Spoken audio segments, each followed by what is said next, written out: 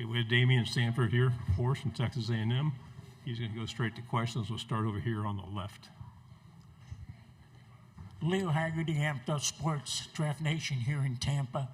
Obviously, at the top of your list are team goals, but what one or two individual goals do you want to try to hit to get to those team goals?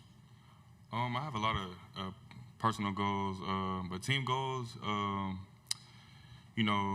we had, the season that we had last year, we ain't really win any meaningful games, so I feel like my goal this year is to, hopefully win some meaningful games this year for our 12 men, for our fans. On the right side. Hey, Abby Miller with the Reflector from Mississippi State. Texas A&M's defense was ranked 8th in the SEC last season. What are you guys doing to hopefully move up in those rankings this season to be a more powerful conference team? I say creating more turnovers. That's number one. Our plan to win is creating more turnovers. So I feel like if we create more turnovers this year, I feel like we're gonna progress. Second row. Patrick Meadows with the SEC. You get the opportunity to call Kyle Field home. Is there another stadium, in your opinion, in the SEC that even comes close to comparing? Say it again. Sorry. You get to call Kyle Field home. Is there another stadium in the SEC that you think compares? I ain't gonna lie. No stadium could compare to Kyle Field. Just how loud it gets. 100,000 fans there. It just sounds like they're pumping like crowd noise into the speakers. So I feel like no really stadium compares to Kyle Field. Third row. Ellie Malika, SEC. Being from Texas, what made Texas A&M stand out to you over all of the other schools in the state? Texas A&M has been my dream school since I was a kid. Going through a recruiting process, I was really fighting to get Texas A&M offer. My mom's helped me through that process. She driving me to camps and stuff like that, and ultimately just made the decision off of her too, staying close to home. And then my trainer, obviously he played Texas A&M, so he kind of taught me like the Aggie Connection, the Aggie Network, and how all that works. So I feel like those two most influenced me for the decision. Third row on the aisle. Damian Tyler Shaw with KBTX.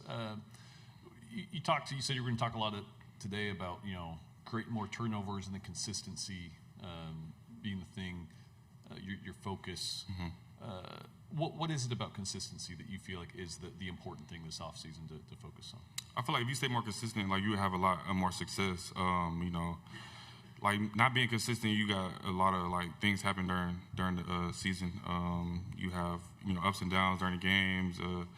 You have you create bad habits and stuff like that. So I feel like being consistent this year is gonna help us progress. Go on the end here, second row. It's a Saturday afternoon in College Station. You're standing in the tunnel again. You look out, there's 110,000 crazed Aggie fans screaming, shouting. Do you still get goosebumps? Oh, yeah, for sure. Yeah, every time. The 12 men, they always show out at home games. I always look forward to playing in Kyle Field every Saturday.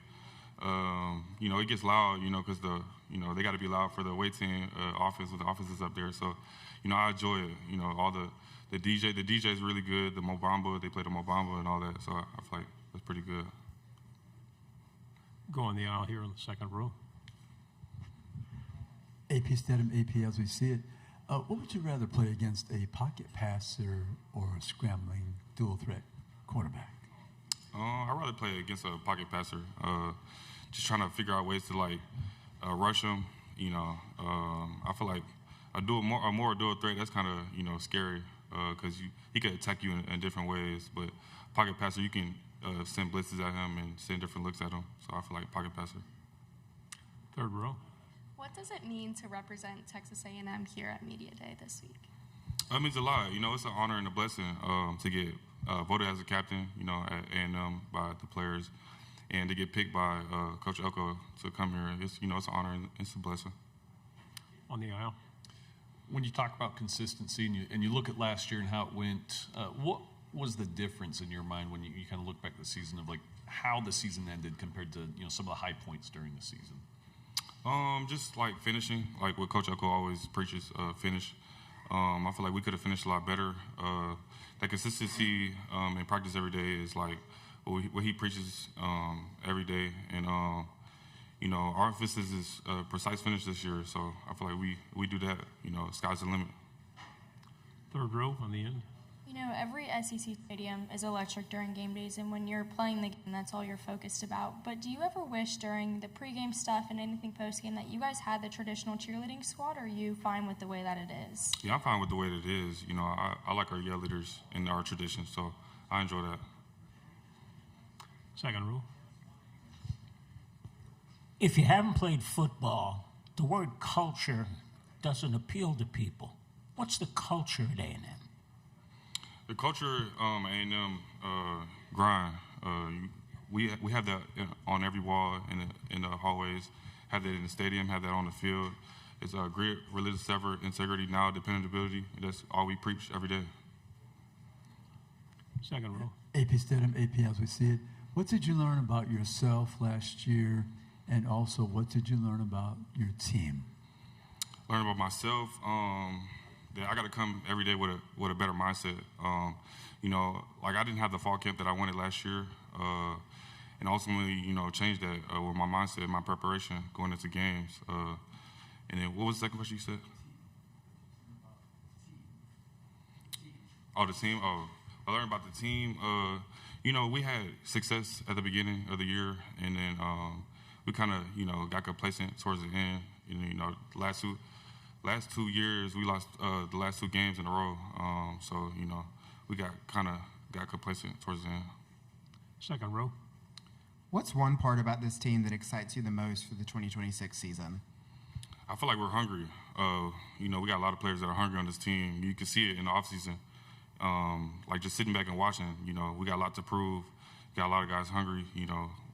Like I said earlier, we haven't won any meaningful games, so I feel like that's, our main motivation this year is to go win some. Third row.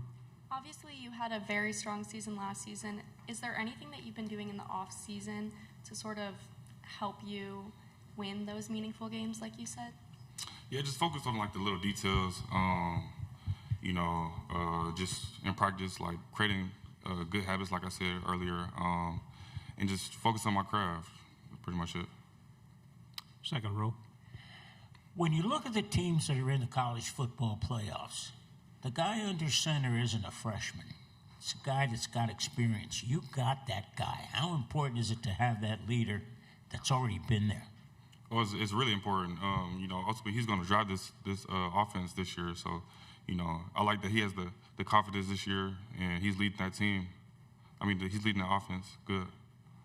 Time for 2 final questions. We'll stay here in the second row. AP Stadium of AP as we see it. Who will be the complacent captain this year? You're going to be the complacent captain to make sure it doesn't happen? You said complacent? Yeah. Oh, nah. You said the team was complacent the last couple of games. Oh, nah. I'm not gonna be that complacent captain. We gonna push the. You're going to be on top of that. Yes, sir. We're gonna push these players this year for sure. Okay.